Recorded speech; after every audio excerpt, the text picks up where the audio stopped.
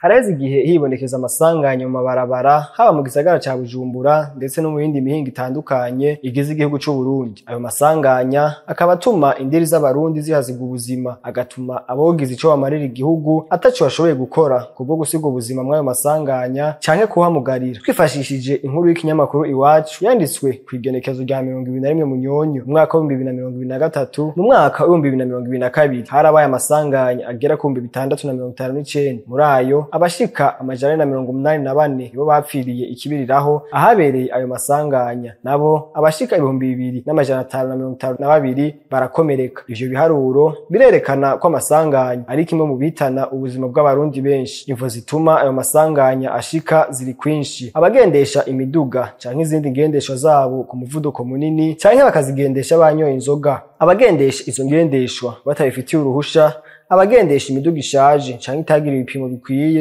ni bimwe mu bitera ayo masanganya bivuye ku bagendesha ivyuma canke kuri ivyo vyuma nyene ubwavyo. Amabarabara yononekaye canke afise ubwaguke buto, ivyapa canke sinyoko mu gifaransa bitaboneka ku mabarabara atandukanye, amabarabara amwamwe atarimwo ibidunduri bituma ingendeshwa zigabanya umuvuduko, n'izindi mvo zituma ayo masanganya yibonekeza ku rugero runini mu Burundi. Muri iyo nkuru y'ikinyamakuru Iwacu yo kwa 21 Munyonyo mu mwaka wa 2023, Pacifique Nsabimbona yararongoye ishirahamwe Beka yaragize ico ahanura leta mu ntumbero yo kugabanya ayo masanganya mu mabarabara. Agira ati: ndugure twamugina, leta yoshiraho ikigo kijejwe kugendura ibikorwa byose bijanye n'umutekano w'uruja n'uruza rwo mu mabarabara.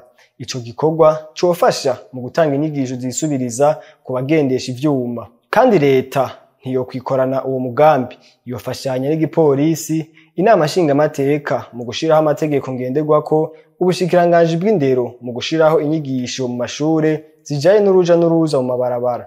Ndugaye twamugina. Ivyo biruko mu gihe n'ivyuma vyari bimaze imisi vyarashizwe ku mabarabara ngo bisuzume abagendesha umuvuduko munini muri ayo mabarabara bimaze igihe bitariko birakora.